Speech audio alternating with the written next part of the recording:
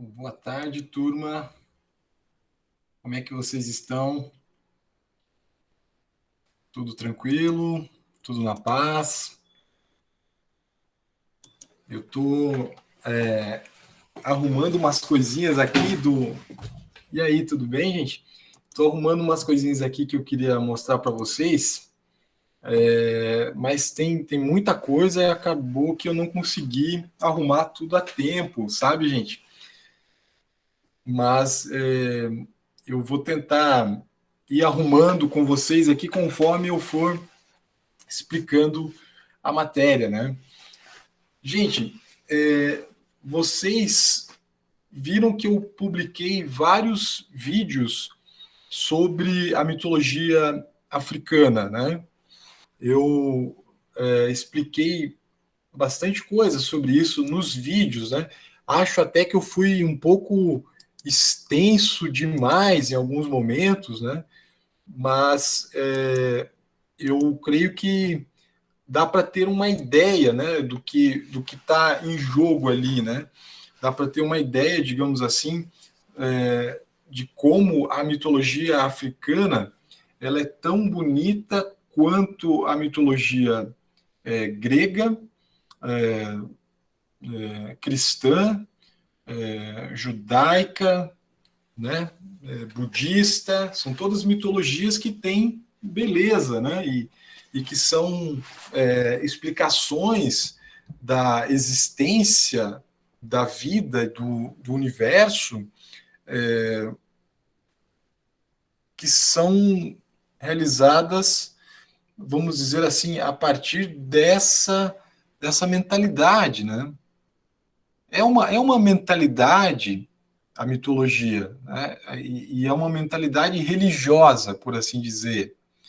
Em algumas mitologias, essa religiosidade ela é mais mágica, tá? E fantástica do que em outras, né? Por exemplo, a mitologia nórdica é muito curioso, né? Como os deuses da mitologia nórdica são mágicos, né? Mas isso também tem na mitologia indígena e, como vocês viram, também tem na mitologia africana, né? Até mesmo eu estava pensando sobre a maneira como os desenhos, os quadrinhos, as HQs, né, retratam, sabe, as mitologias, né? Existem nas HQs vários personagens da mitologia, né? Eu não conheço isso muito bem, mas eu sei que existem essas aproximações, né, do universo pop das HQs com as mitologias, muito particularmente com a mitologia nórdica, né? O filme, é, o filme Pantera Negra, por exemplo, né, ele poderia ser classificado como uma expressão pop, né, da mitologia africana, ou de uma dada mitologia africana, né, não a mitologia iorubá, né, que nós aprendemos ali com o livro do Reginaldo Prandi. Inclusive, na última aula eu passei uma animação feita por alunos de Londrina do sexto ano. Então são crianças, são bem pequeninos, né? E fizeram um trabalho bem bonito. E eu lancei o desafio para vocês também, né?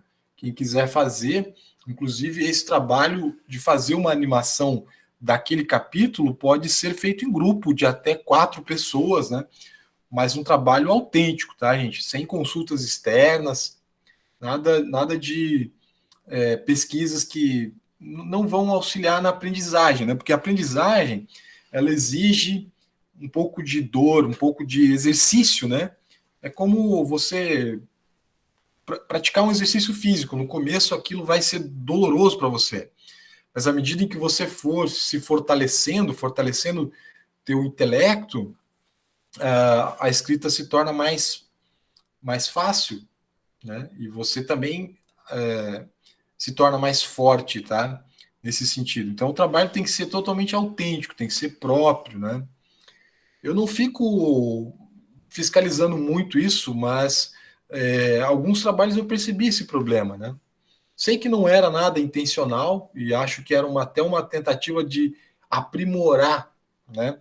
Tem gente que queria fazer um bom trabalho e nesse afã de fazer um bom trabalho acabou se apoiando demais em pesquisas externas. Você pode dar uma olhada, você pode ler, mas se você não assimila para você o teu modo de se expressar, não tem aprendizagem, tá? Então, quando você estiver ali fazendo um exercício de filosofia, ou de redação, ou de história, em qualquer área em que você precisa escrever um parágrafo dissertativo, sempre você vai ter dificuldade, né? Você vai ter sempre uma situação, às vezes, em que dá um bloqueio de criatividade para você colocar no papel uma frase bonita, alguma coisa assim. Mas esse momento, ele faz parte da tua aprendizagem, tá? Eu sei que muita gente fica preocupado, fica talvez até estressado, né? Então, o que, que vocês têm de fazer?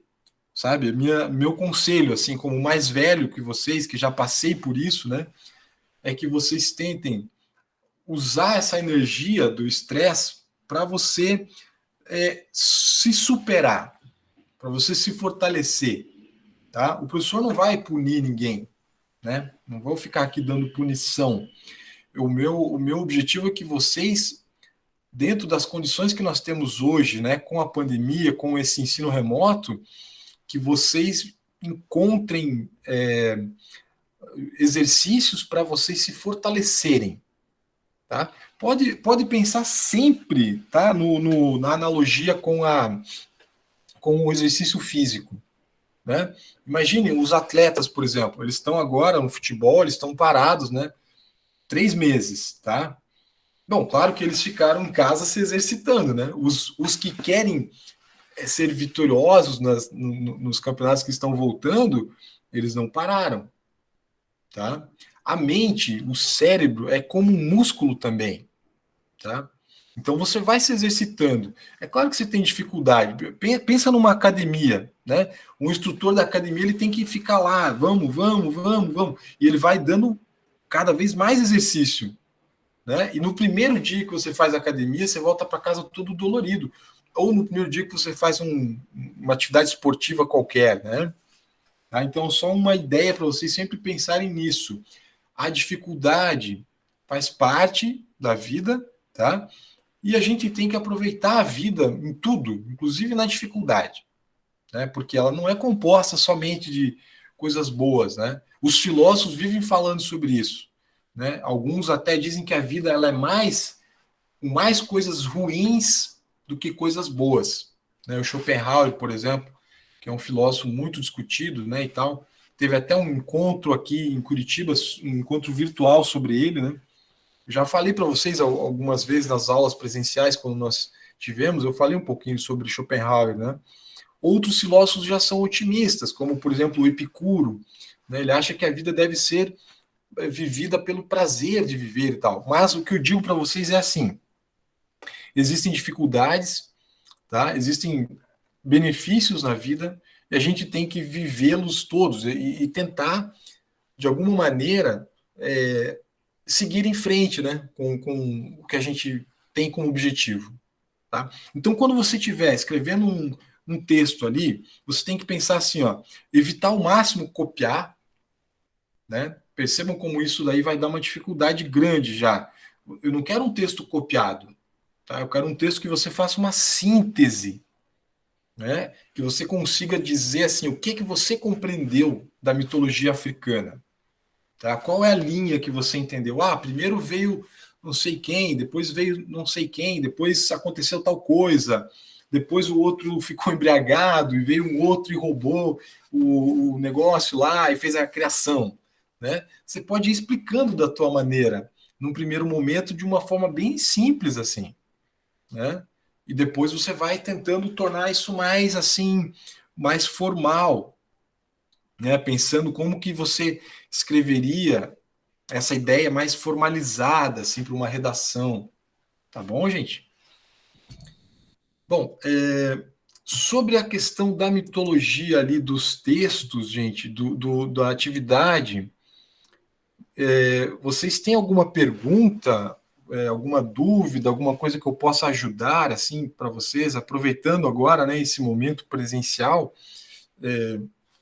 mesmo que aqui pela internet, né?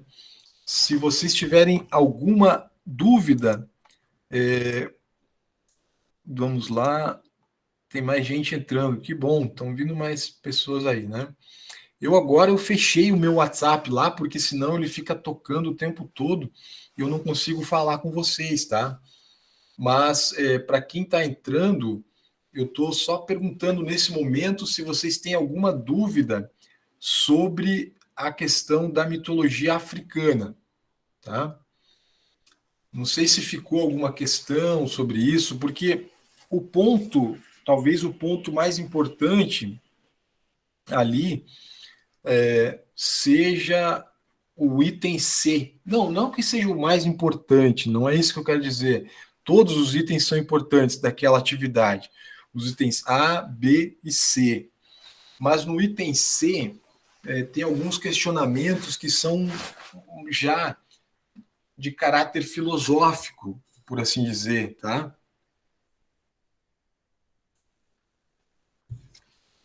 Eles têm já vamos dizer assim, ó, um pensamento ali acerca de como se formou a, o universo, né? Então você tem uma espécie de reflexão embrionária, tá? Sobre a, a existência do mundo, né?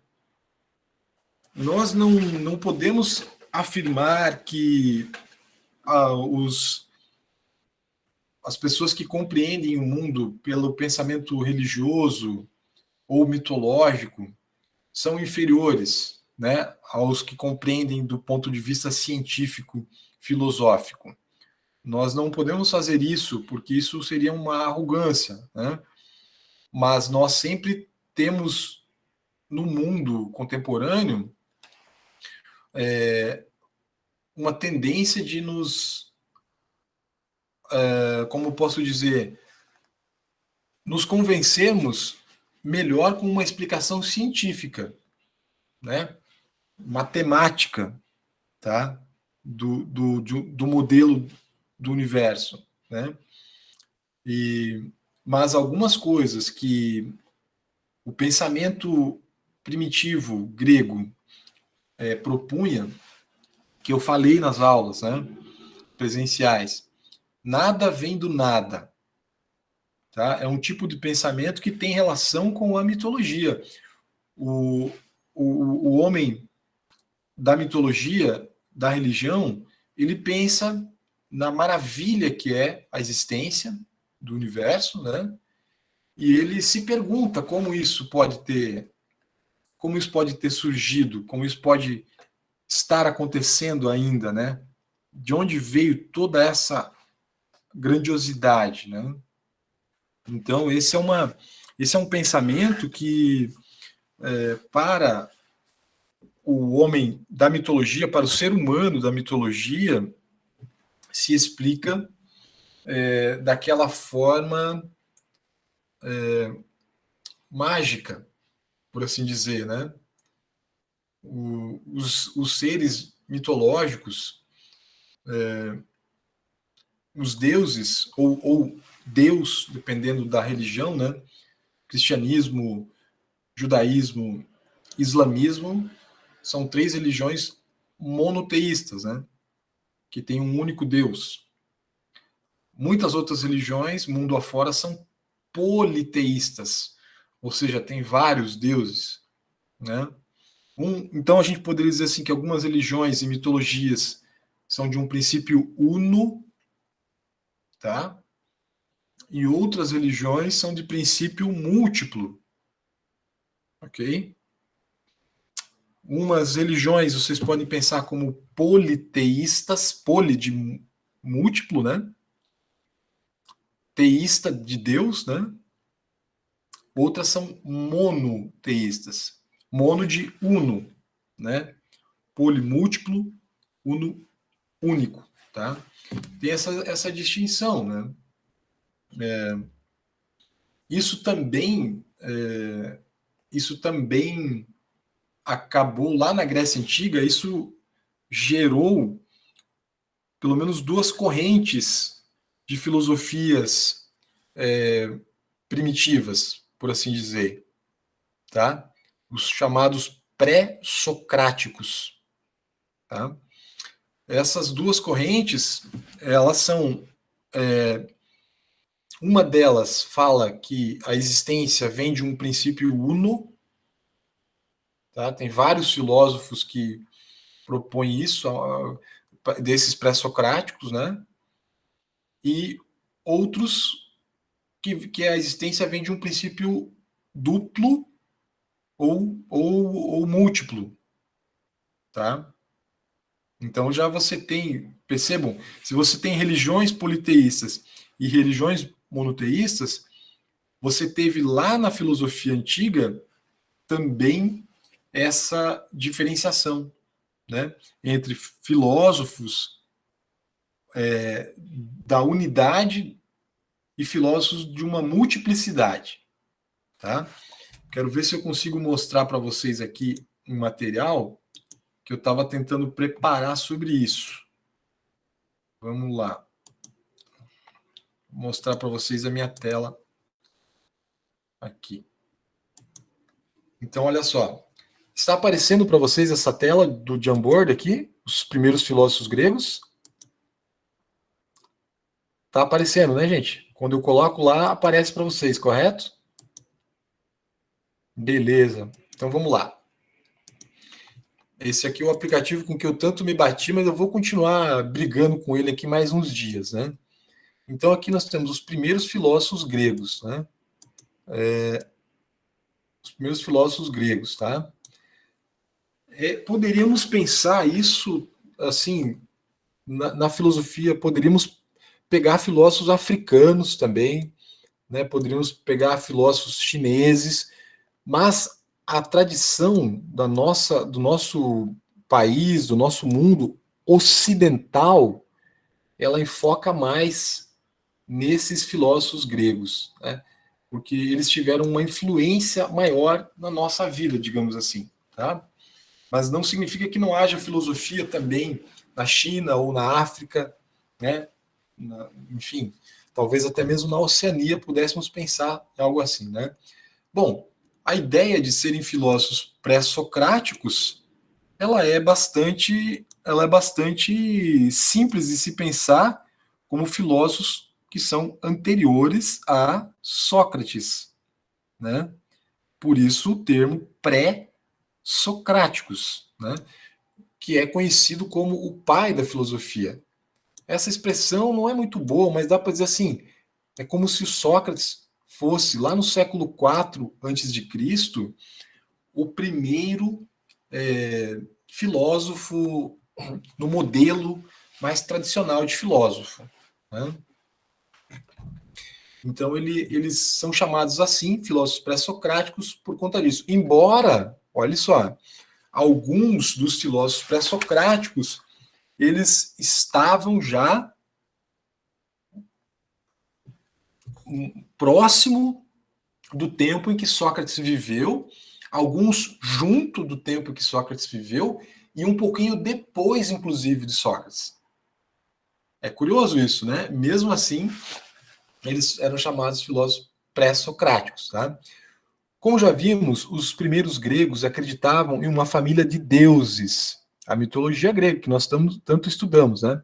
Que viviam no Olimpo, a montanha mais alta da Grécia. Todo o universo e seu funcionamento eram atribuídos aos atos desses deuses. Aqui eu começo então citando alguns desses filósofos, tá? Anaximandro, Anaxímenes, Pitágoras, Heráclito, Parmênides, Demócrito e Empédocles, e também Zenão, né, e também Anaxágoras, fizeram parte de um grupo diverso de pensadores pré-socráticos. Tá? Eles eram um grupo bem específico. Uma ideia que compartilhavam era o desejo de descobrir o que a realidade é realmente. Tá? Esse aqui é um desejo, né? Que eles tinham, que os movia, né? O que a realidade é realmente. Eles ousaram procurar uma explicação além da religião. Tá? Então foram além da religiosidade. Esses primeiros filósofos usaram o poder do pensamento para tentar descobrir a verdade por trás da realidade. A busca pela verdade foi o início da filosofia ocidental, né? Então esse grupo, tá? Ele quer buscar saber o que é o mundo, né? O que é a realidade, tá? Para além da explicação mitológica. Tá? Então ele vai já pensar assim, de onde surge o universo, como que o universo se constitui, né? E vários deles vão dar várias explicações, divididos em dois grupos básicos, né? Nós temos uns 10 pré-socráticos importantes. Eles podem ser divididos em mais ou menos uns dois grupos básicos, que são aqueles que falam que a causa de tudo é uno, é una, tá? E aqueles que falam que as causas são múltiplas, né? Ou seja, aqueles que defendem que a origem de tudo é uma coisa e aqueles que defendem que a origem de tudo são várias coisas, tá? Isso aqui é uma discussão bem curiosa, né? Aqui eu tenho uma imagem que é uma pintura feita pelo pintor renascentista Rafael, tá? No século XV, se não me engano, tá? Aqui eu tenho os dois filósofos mais conhecidos, né, da antiguidade, tá? Que é esse aqui careca, tá? Seria Platão, né? E esse aqui seria Aristóteles, tá? E aqui ao longo da imagem tem vários outros filósofos, né? Que a gente vai mencionando depois, tá? Eu não conheço essa pintura tão bem, né? Mas o básico, assim, a gente tem esse conhecimento, né? Não conheço todos os personagens, tem muitos personagens aqui, né? Eu sei que esse aqui, se não me engano, esse que está aqui é o Heráclito, tá? Esse, né, que está com esse negócio aqui é o Heráclito. Aqui, acho que é o Anaximandro, tá? Não tenho bem certeza, né?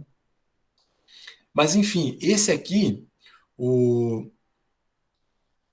o Platão, ele está apontando para o alto. A mão dele aqui, agora eu já rabisquei, não dá para enxergar direito, mas quando vocês olharem essa imagem melhor, vocês verão que ele aponta para o alto, né? O Platão. E o Aristóteles aponta para baixo, né? Porque o Platão se refere ao mundo das ideias, um mundo ideal, espiritual, por assim dizer, né? E o Aristóteles se refere ao mundo material, né? Ao mundo da physis.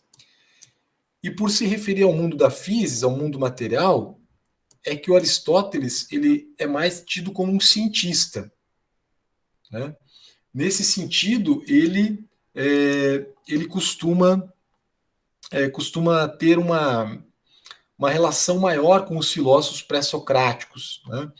Que são aqueles filósofos que, de alguma maneira, pensam a existência, tá, a partir do seu modelo, digamos assim,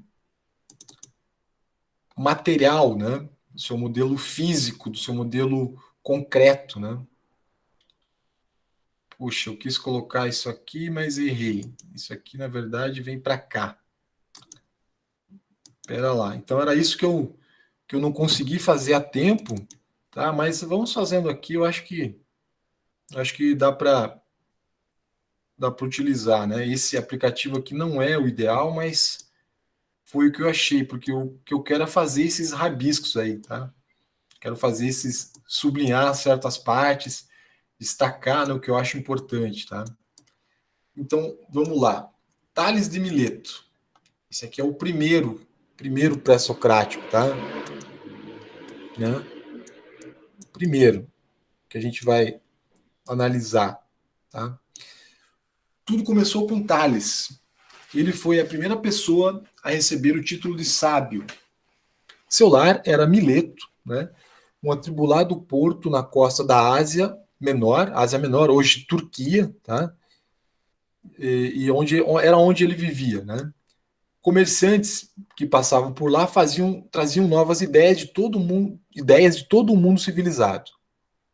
Então ele vivia num local muito movimentado, né? Um point, digamos assim, né? Da civilização antiga, né? Tales era astrônomo, sabia conduzir navios e reorientar rios. Tá? Ele então trabalhava com, vamos dizer assim, uma forma de irrigação primitiva, né? Direcionava, canalizava rios e tal, né? Considerando que a água podia ser líquida, sólida ou gasosa, queria com isso explicar como a realidade mudava. Ele acreditava que a água, aqui ó, bem destacado, né? Era o ingrediente básico do universo. Tales olhou o mundo à sua volta e reconheceu que em tudo havia a mesma força vital. Tá? Disse que em todas as coisas e são cheias de deuses. Né? Ele tem essa visão, né? Como se tudo que tem vida, como se tudo tivesse essa vitalidade oriunda da divindade. Né? Mas o princípio, vejam só, que ele começa a falar aqui é de um elemento físico, a água. Né? De fato, assim, toda a vida depende da água. Nisso ele tem razão. Né? A vida depende da água. Mas é bastante estranho dizer que a água seria o princípio de tudo, da existência, né, do universo.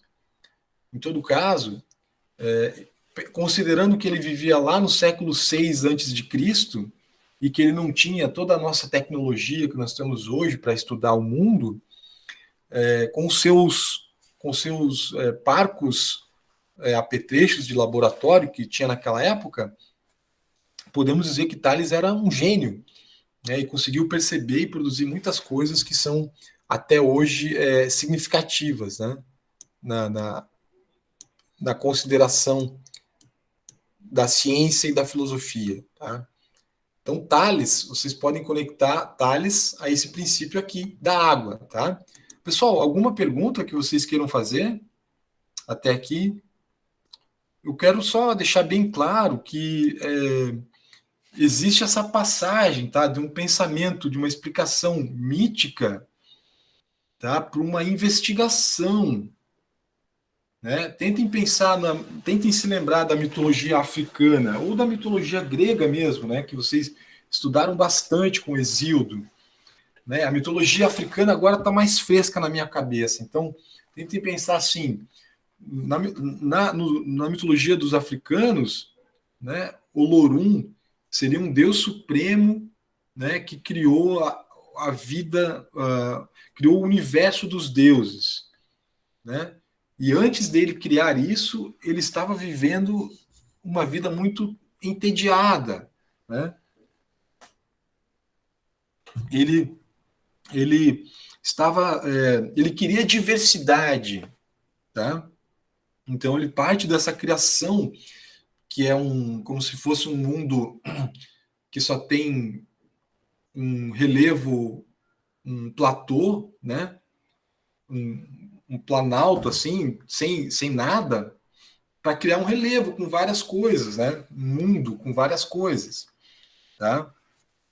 E aí ele envia seus filhos, né? Ele cria seus filhos. Na mitologia grega vocês viram que Gaia e Urano vão tendo vários filhos, né? Também. Depois aquelas guerras entre eles, né? Na mitologia grega, não, na africana, não chega a ter essas guerras assim, né? Então, eu acho até que tem uma beleza da paz um pouco maior, né? Mas percebam que dessa ideia, desse tipo de explicação para o filósofo pré-socrático, há uma mudança, né, de foco, né? A explicação mitológica, ela fica nesse campo mítico, né? Nesse campo mágico, fantástico. Você pode imaginar uma aldeia africana, imagine lá aquelas aldeias africanas tão bonitas, ecológicas, primitivas, né? Onde os africanos viviam ali da natureza, né? Eles tinham que caçar, então às vezes eles tinham que cometer a maldade de matar um bicho, mas para alimentação, nunca para diversão, né? E nunca em massa, né? Eles matavam um bicho para comer e tal, guardavam um pouco de comida que eles podiam para o seu sustento, né?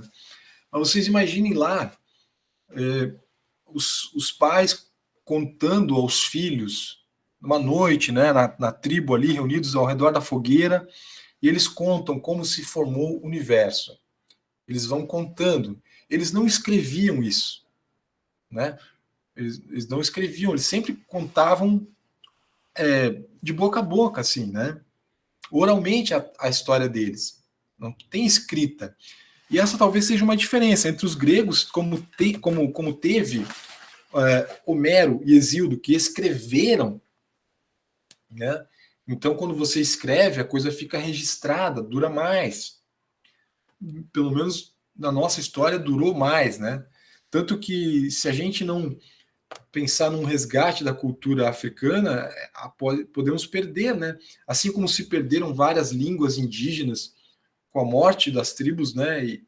E vão se perdendo. Mas percebam, aí nessa tribo, lá na África, reunidas numa noite, ao redor da fogueira, os pais contam para as crianças, eles vão contando a história de como o universo se formou. É uma maneira diferente de pensar, né, dessa daqui, né? Onde o Tales começa a propor, né, que a água é o ingrediente básico do universo, tá? É um tipo de pensamento diferente, né? É um tipo de atitude frente ao universo que é um pouco diferente, tá? Digamos assim, né? Eu vou colocar aqui o próximo filósofo pré-socrático, tem um nome bem engraçado. Eu acho bonito esse nome, mas ninguém acha muito bonito, só eu acho bonito. Anaximandro, né? Eu gosto desse nome. E ele, talvez ele não seja o ideal para ser o segundo, mas eu vou colocá-lo aqui mesmo assim, como o segundo, né, para a gente estudar, porque ele é muito importante, assim, acho que cronologicamente ele é o segundo filósofo pré-socrático mais importante depois do Tales, né? Lembrem lá que o Tales falava da água, né? Aqui, ó, o Anaximandro já está falando de outra coisa, como o princípio. Eu acho o Anaximandro um pouco mais inteligente, né? O princípio do universo, pensado de uma maneira geral, é o que ele chama de um infinito. Em grego, apeiron. Apeiron é uma palavra em grego, errei aqui, grega, tá? Que significa ilimitado, infinito ou indefinido, que advém de esse a que é negação, quer dizer, sem, né? Peirar, sem fim ou limite, tá? Forma do grego jônico, peras, fim, limite, fronteira. Bom, vocês sabem isso, né? Quando você usa o prefixo a em alguma coisa, né? Ele está negando, por exemplo, analfabeto. É uma pessoa que não tem o alfabeto, né? Ateu é alguém que não tem Deus, que não acredita em Deus, né? Sei lá, qualquer coisa assim, né? Que não seja quando você usa esse a, vem como negação, né? O Aperon para Anaximandro é o não limitado, né? Um princípio da existência que é o infinito. É muito interessante isso aqui e indefinido também, né? Eu acho muito interessante porque ele fala do universo, da existência, com essa característica, né? A gente vê que o universo é tão grande, né, gente?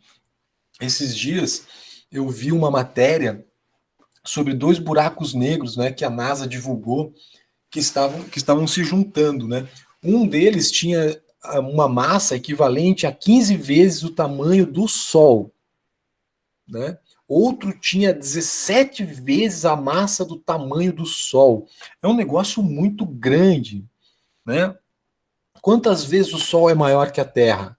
Cadê o Aminadab? Aminadab, você ainda está na aula, querido? Deixa eu ver. Aminadab, abre o microfone e me ajude aqui. Quantas vezes o Sol é maior do que a Terra? Eu acho que o Aminadab, ele não está me ouvindo, né? Ah, ouviu? Ah, tá. Você sabe, Aminadab? Você tem ideia? Eu agora não tenho essa informação exata, mas deve ser, sei lá, 1 milhão de vezes maior, né? A massa da, do Sol, né? Então vocês imaginem, no universo tem objetos, não objetos, mas vamos dizer assim, astros, né? Que são muito gigantescos, tá? E isso é uma coisa que a gente poderia pensar. O Anaximandro tinha uma percepção muito boa, né? Quando ele fala do infinito, né? Então, Anaximandro ele compartilhava com Tales a ideia de que havia um componente básico que mantinha o universo unido, essa ideia do uno, né? Tudo é um, como se costuma brincar na filosofia, né? Mas não concordava que fosse algo tão comum como a água. Ele chamou essa substância de infinito, tá? Algo do universo físico, mas a fonte de tudo. Ele pensava que o mundo tinha a forma de um tambor e era cercado dessa substância infinita. Também elaborou a teoria de que o homem se desenvolveu a partir do peixe. Isso aqui já é meio um pouco maluco, né? Mas não é completamente errado, né? Porque se nós pensarmos bem, as formas de vida elas evoluíram da água, né? Primeiro a vida surge primeiro na água, né? E depois um híbrido que é o réptil, né? Que é o réptil que é um ser que vive na água e na terra, não é isso? Será que eu estou falando bobagem? Não é réptil, anfíbios. Ah, gente, agora me perdi. Biologia não é meu forte. Mas, enfim, essa parte aqui, né, da teoria do Anaximandro, eu acho que ele errou. Tá? Não dá para a gente ter essa percepção tão direta assim, né? Mas ele está, naquele momento ali, tentando, com as suas com as suas possibilidades, né? Está tentando dar uma explicação, né, a, para a existência, né? Está tentando dar essa explicação para a existência. Ele não é alguém que dispõe de um laboratório, né, para poder estudar, como Darwin, né, que estuda a evolução dos primatas, dos mamíferos, até chegar no ser humano, né? Mas o que interessa aqui é essa ideia. Lá no Tales é água, o princípio de tudo. Aqui é infinito. Olha, isso às vezes cai no vestibular, tá, gente? Essas perguntas, né? Qual é o princípio da existência do universo para Tales? É a água. Anaximandro é o infinito, tá? E assim vai, né? Vamos lá, deixa eu pegar mais um aqui. Aqui eu tenho o terceiro, que é o Anaxímenes. Esse já o nome não é tão bonito, né, quanto Anaximandro, que eu acho bem bonito. Mas só eu também que acho bonito, né? Ninguém mais acha. Anaxímenes, né, foi aluno, tá? Então aqui podemos colocar Anaxímenes como o terceiro, né? Foi aluno de Anaximandro, tá? E observou o mundo natural e discordou de seu mestre. Né? Então tem uma discordância. Anaxímenes acreditava que o componente básico que mantinha todas as coisas juntas era o ar. Então aqui, ó, você já tem um outro elemento, né? Para Anaxímenes é o ar, tá? O elemento fundante da existência. E que todas as coisas eram ar denso ou rarefeito.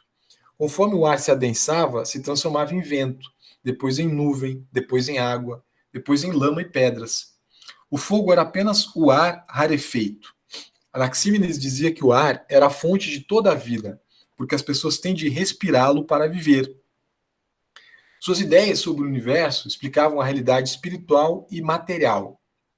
Nossa alma, sendo ar, nos mantém coesos e nos controla. Vento e ar envolvem o mundo todo. Né? Ele fazia essa conexão, né? O ar como sendo também algo da alma, né? Do ser humano, né? Puxa, é difícil para mim escrever com esse brinquedo aqui, mas tudo bem. Esse é o terceiro, né? Então eu tenho até agora Tales com a água, Anaximandro com o infinito e Anaxímenes com o ar, né? E vejam que eu tenho a impressão assim que a vida ela precisa de água e precisa de ar, né? Nenhum dos dois aqui, nem o Tales nem o Anaxímenes, estava completamente certo, mas também não estava completamente errado, né?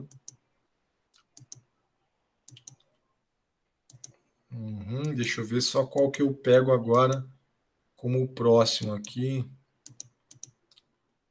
Eu vou pegar então Heráclito. Heráclito tem um pensamento bastante obscuro em alguns aspectos. Né? A gente às vezes não entende o que o Heráclito quer dizer, porque as afirmações dele são contraditórias. Né? Eu lembro que eu falei já em sala para vocês sobre a ideia de que você nunca entra duas vezes no mesmo rio. Né? Heráclito dizia isso, porque na segunda vez que você entrar, você já está diferente e o rio também está diferente. Né? Então, olha só. Como Tales, Heráclito se interessava pelas mudanças. Ele percebeu que nada no mundo permanecia igual de um minuto para o outro. Não é nem de um minuto, é de um segundo, de um milissegundo para o outro. Tudo está o tempo todo mudando. Né? Foi o que quis dizer ao afirmar que não se pode entrar em um mesmo rio duas vezes. Procurando a substância básica para explicar essa mudança, Heráclito decidiu que seria o fogo. Aqui, olha só, mais um elemento, né? Que agora é diferente dos anteriores, né? O fogo tem uma aparência estável, embora modifique tudo o que toca. Para ele, o mundo vivia em constante estado de criação e destruição. Tá? O mundo está o tempo todo se criando e se destruindo. Né? Aquele desenho da cobra se autodevorando lá na mitologia africana. Né? O universo mesmo se constrói e se destrói. Ele reconheceu uma lógica por trás de tudo, um tipo de equilíbrio cósmico, e entendeu que sem o inverno não pode haver a primavera, e que sem o ruim não haveria nenhuma medida para o bom. Tá? Então eu poderia até, se eu conseguir escrever aqui, meu Deus, vai ficar um horror. Mas é a palavra opostos. Ficou horrível, mas vai lá. Né? Os opostos na filosofia do Heráclito, os opostos são essenciais, né? Eles se auto transformam, né? O bom modifica o mal e o mal modifica o bom. e assim vai, né? Mas ele, ainda assim, ele fala nesse elemento do fogo, né? Então, o que eu tenho agora? Eu tenho Tales com a água, eu tenho Anaximandro com o infinito, Anaxímenes com o ar e Heráclito com o fogo, tá? Vocês vejam que todos os pré-socráticos, né, vão apresentando um elemento físico para a explicação do universo. Mas eu sublinhei aqui essa parte que talvez seja mais essencial no Heráclito, tá? Que é a ideia de que tudo muda, tá? Tudo está sempre mudando, tudo está sempre em constante evolução. Nunca se entra duas vezes no mesmo rio, tá? Essa é a ideia do Heráclito, né? Eu coloquei aqui o Pitágoras agora, mas eu vou no Pitágoras mesmo aqui por hora, tá? Porque o ideal seria colocar o Parmênides, mas deixa eu ver como é que eu faço aqui. Eu vou colocar o Parmênides, tá? Vou colocar o Parmênides porque ele, ele é o oposto do Heráclito, tá? Eles são o exato oposto um do outro. Dá para dizer que há uma briga entre eles, tá? Uma briga bastante severa, né? Filosoficamente falando, tá? Eu acho que eles nunca tiveram nenhuma briga real, né? Digamos assim, tá? Parmênides, né? O que é percebido pelos sentidos não fazia nenhum sentido para Parmênides. Ou seja, quando você vê o fogo queimar, é o teu sentido da visão que mostra que alguma coisa está queimando, né? Para o Parmênides, a visão, qualquer sentido, ele é superficial, né?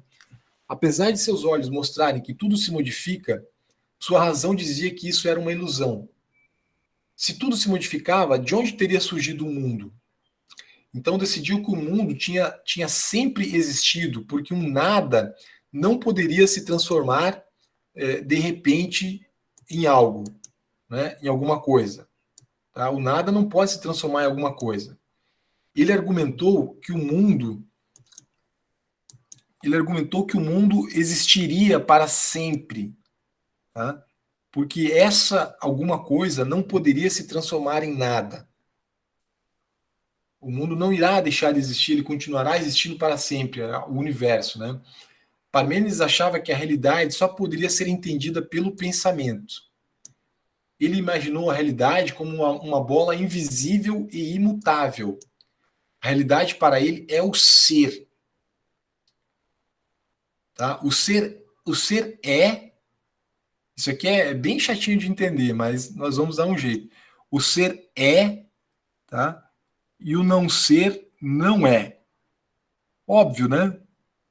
O que é algo, o que não é nada, né? Então, o ser é e o não ser não é. Portanto, só há o eterno e imutável ser.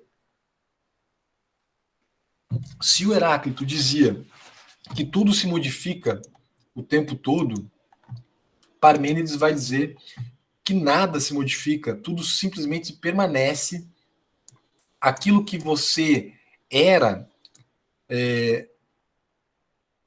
é aquilo que você é e é aquilo que você será, tá? Ou podemos aceitar que tem lógica, em parte isso aqui tem lógica, porque o que você era ontem influencia no que você é hoje, né? O Parmênides vai dizer que você não mudou de ontem para hoje, tá? Você só mudou assim superficialmente, né? Mas a tua essência permanece. E a essência de tudo permanece. E tudo é um ser, tá? Um ser que é. E o não ser não é. Né? E o não ser, não sendo, ele não é nada. Ou melhor, ele é nada. Né? E do nada, nada vem. Nada sai, nada entra. Né? Simplesmente permanece não sendo. Então, se algo é, percebo que como isso aqui é engraçado, né? De se falar, né? Parece uma viagem de filósofo mesmo, né?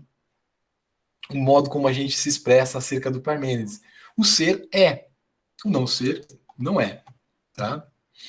Então vejo que já é uma posição diferente e contrária à do Heráclito, né? E que já é talvez até mais ampla do que uma posição de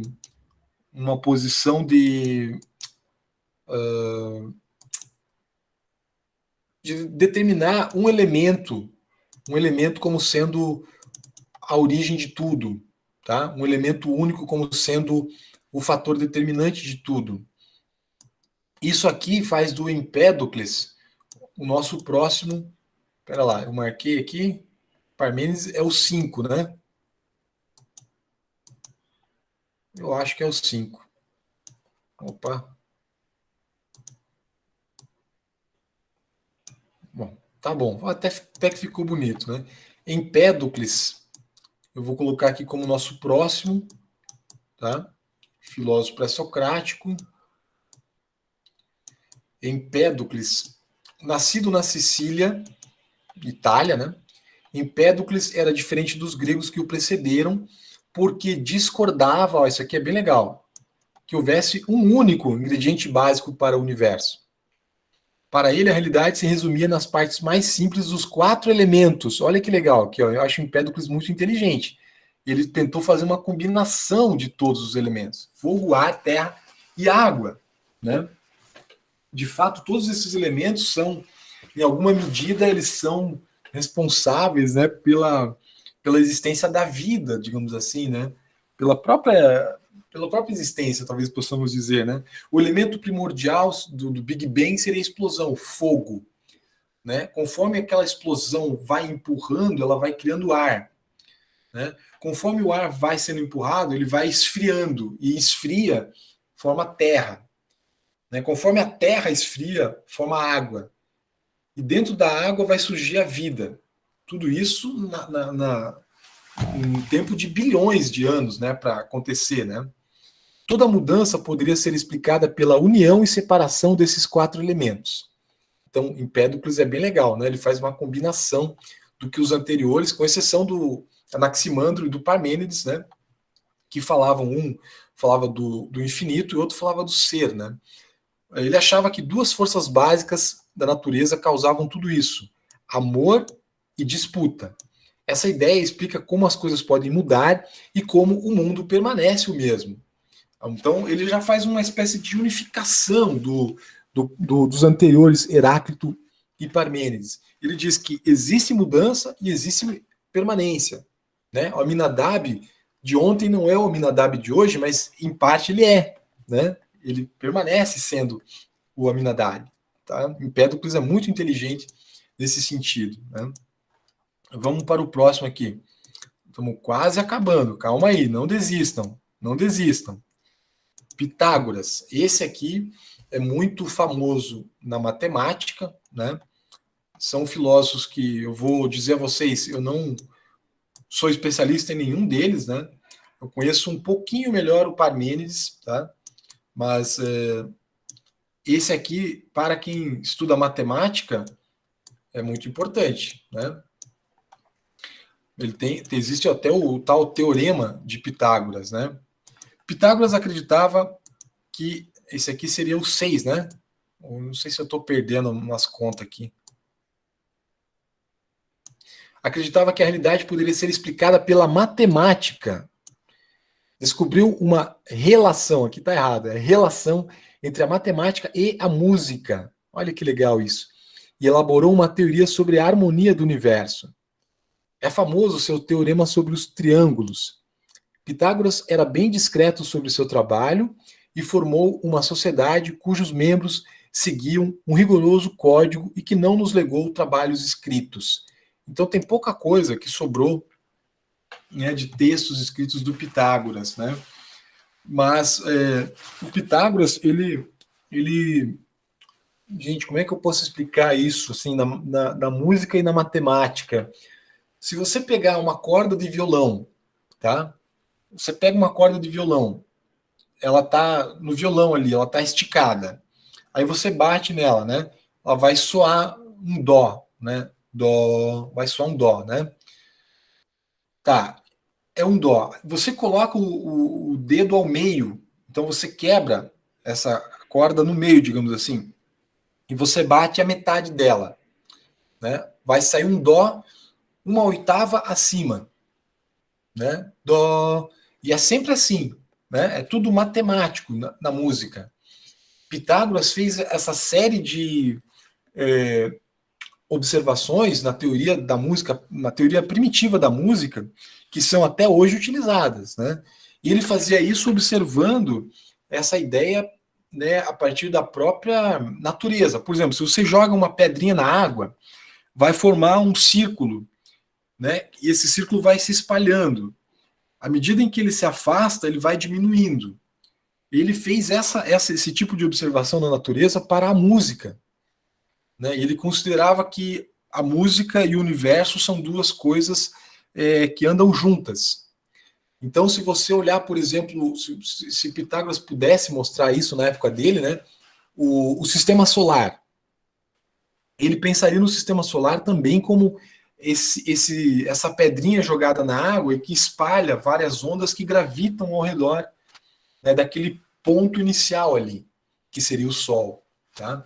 Essa explicação eu sei que é muito uma alusiva e muito superficial, mas assim, eu não conheço direito esse autor e não conheço direito música. Eu gosto muito de música, mas o que eu conheço por alto é isso, tá? Vale a pena até se vocês quiserem dar uma pesquisada melhor sobre ele, né? Mas também já tem um avanço, né, em relação aqui ao Empédocles e aos anteriores, de certa forma, né? Vamos lá, quase acabando. Deixa eu pegar quem que é o próximo aqui. Parmênides, Zenão, Demócrito. Eu vou pegar agora aqui. Eu vou pegar o Zenão.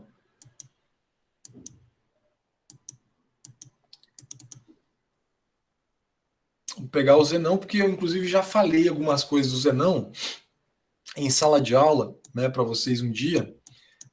O Zenão, ele é um discípulo do Parmênides, tá? Então ele vai sustentar que as coisas, né? Essas informações eu obtive da Wikipedia, tá? Essas informações aqui como data de nascimento aproximada, 490, 475 antes de Cristo, e data de morte indefinida, mas mais ou menos como 430 antes de Cristo, né? Em Eleia, que hoje se chama Velha, na Itália. Discípulo de Parmênides, defendeu de modo apaixonado a filosofia de seu mestre. Seu método consistia na elaboração de paradoxos. Esse aqui é o ponto central, né? Paradoxos, o Zenão, né? Deste modo, não pretendia refutar diretamente as teses que combatia, mas sim mostrar os absurdos daquelas teses e, portanto, sua falsidade. Acreditava-se que Zenão tenha criado cerca de 40 desses paradoxos, todos contra a multiplicidade, a divisibilidade e o movimento, que nada mais são do que ilusões, segundo a escola eleática. Ao contrário de Heráclito, tá? Então Heráclito era seu mais severo adversário, né? Porque Heráclito defende o movimento constante, né? E Zenão defende junto com Parmênides, ele defende a imobilidade, né, absoluta. Mas, ao contrário de Heráclito, ele exerceu atividade política, ou seja, ele participou da política. Né? Consta que teria participado de uma conspiração contra o tirano local, sendo preso e torturado até a morte. Considerado por Aristóteles como criador da dialética. Bom, um dia eu falei para vocês desse cara, vocês não vão lembrar desse filósofo, né? Mas eu falei para vocês que o Zenão elaborou o paradoxo da tartaruga, né? O que é o paradoxo da tartaruga? Eu digo assim, ó, entre dois pontos, tá? Eu tenho um ponto aqui, né? E tenho um outro ponto aqui. Entre esses dois existem infinitos pontos, tá? Como que o Zenão coloca isso de forma paradoxal para contestar o movimento? Ele propõe uma corrida entre Aquiles e uma tartaruga. Aquiles, vocês sabem, um personagem da mitologia, né, grega, de Homero, lá na Guerra de Troia. Aquiles também conhecido como o homem dos pés ligeiros. Aquiles era o Bolt, sabe o velocista jamaicano Usain Bolt, que é medalhista olímpico, campeão mundial de 100 metros rasos, 100 e 200, eu não sei direito. Aquiles era como se fosse isso, né? Um velocista, tá? E era pessoal, eu estou vendo aqui que muita gente saiu. Vocês têm alguma aula na sequência ou eu posso terminar essa matéria com vocês? Tem mais uns 15 minutinhos? Pode ser, gente? Tá, eu vou dar prosseguimento. Quem precisar sair, não tem problema que depois eu vou disponibilizar o vídeo, tá? Então vamos aqui, ó. Aquiles e uma tartaruga. Zenão falava o seguinte: se a tartaruga sair na frente do Aquiles, se ela sair um passinho à frente, Aquiles nunca mais irá alcançá-la. Porque entre um ponto e outro existem infinitos pontos. Existem infinitos pontos. E é impossível percorrer o infinito. Tá? Portanto, você nunca anda, porque se você andasse, você estaria indo de um ponto a outro. Tá? E se você vai de um ponto a outro, você está percorrendo o infinito. E agora, né? Que coisa maluca, né? Zenão seria o nosso sétimo. Eu não sei se eu estou contando certo aqui. Olha, já esqueci um aqui. Empédocles seria o sexto. Pitágoras seria o sétimo.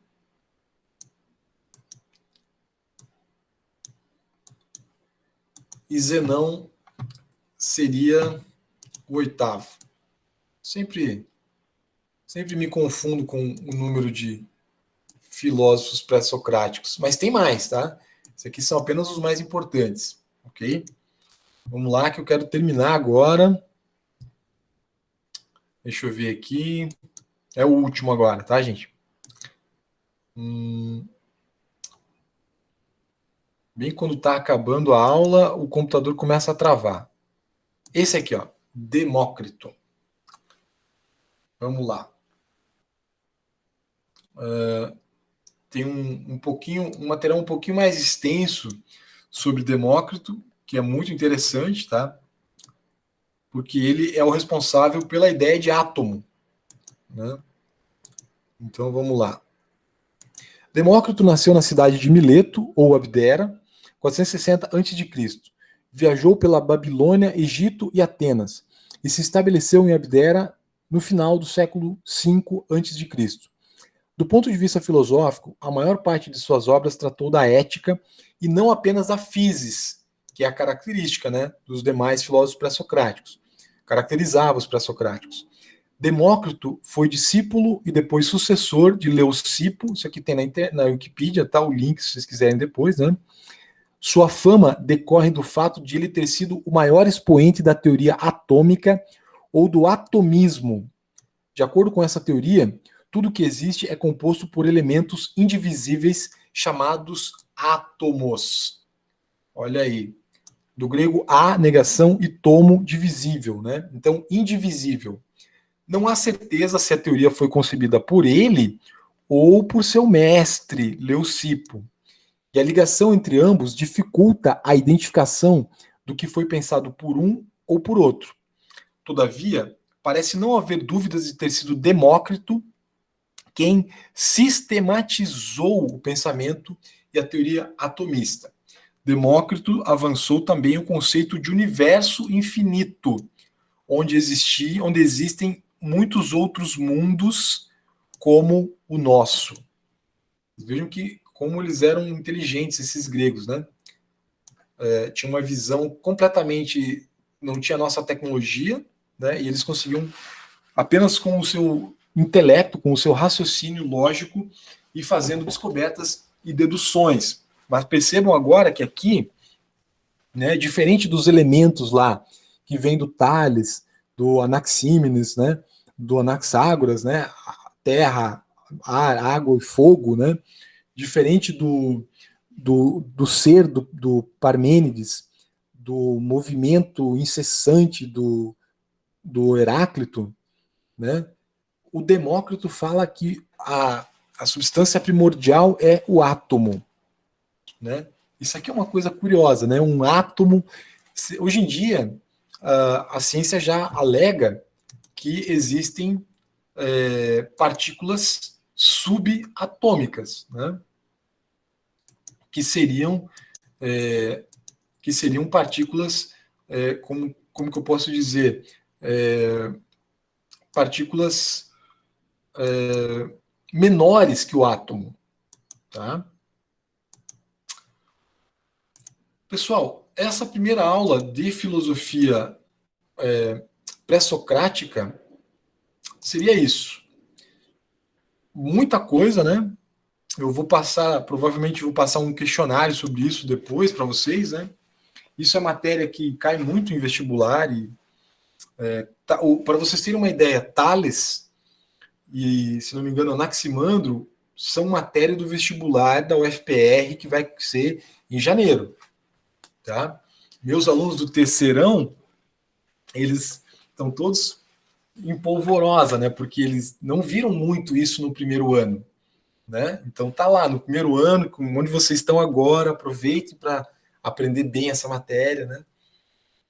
E é uma matéria muito intrigante, muito uma forma de filosofar muito primitiva, às vezes ela é muito talvez até meio bruta, né? A maneira como cada um desses filósofos se expressa, né?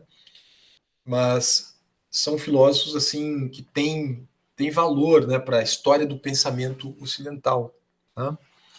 Gente, eu acho que a aula não foi bem do jeito que eu queria, nunca é do jeito que eu quero essa aula, eu queria ter muito uma dinâmica maior para torná-la mais interessante para vocês, mas a filosofia ela é muito teórica e ela é muito reflexiva, né?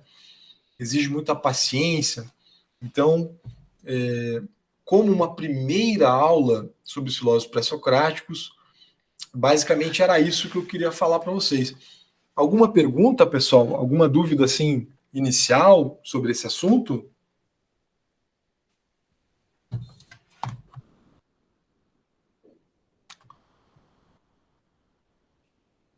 Tá bom, então, meus queridos. Foi bastante coisa, né? Eu gravo sempre, tá? E disponibilizo para vocês. Muito obrigado por terem vindo, gente. E nos encontramos de novo aqui na quarta-feira que vem. Tá bom? Valeu, queridos. Valeu, Aminadab. Valeu, gente. Valeu todo mundo que conseguiu ficar. Os que precisaram sair também, eu entendo. Muito obrigado, Giovana, Maurício, Caroline. Que legal que vocês vieram aí, Leonardo, tô vendo. Raíssa, Maria Eduarda.